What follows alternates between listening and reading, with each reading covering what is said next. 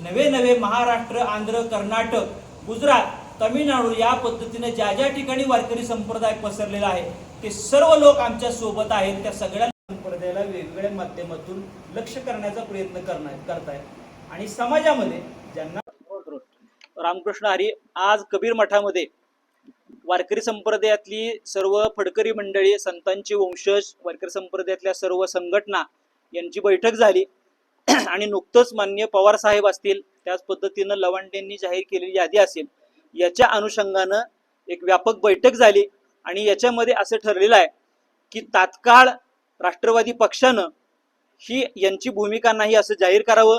लवांडेंनी ज्या संत मंडळींची नावं जाहीर केलेली आहेत तात्काळ ती नावं मागं घेऊन त्या संतांच्या जाऊन पायावरती नतमस्तक होऊन माफी मागावी, अन्यथा वारकरी संप्रदाय उद्यापासून मोठं जनआंदोलन सुरू करतोय।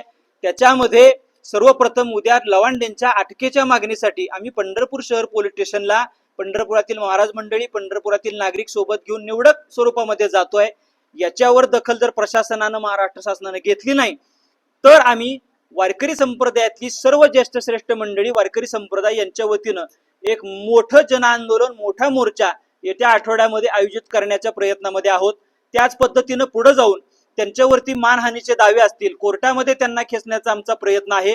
महाराष्ट्रातला संपूर्ण वारकरी प्रक्षुब्ध आहे, महाराष्ट्रातलं संपूर्ण कायदा व्यवस्था या ठिकाणी प्रश्न निर्माण होण्याची शक्यता आहे। त्यामुळे आम्ही महाराष्ट्राचे मुख्यमंत्री यांना सुद्धा विनंती आहे की महाराष्ट्राचा कायदा सुव्यवस्था जर आपल्याला अबाधित राखायचा असेल आणि वारकरी संप्रदायाच्या भावनांचा आदर राखून आपण तात्काळ प्रशासनाला लवांडेंना अटक करण्यासाठी आदेश द्यावेत आणि लवांडेंना जर अटक झालं नाही तर वारकरी संप्रदायाच्या तीव्र रोषाला महाराष्ट्र शासन आणि राष्ट्रवादी काँग्रेस पक्ष यांना सामोरं जावं लागणार आहे। रामकृष्ण हरी।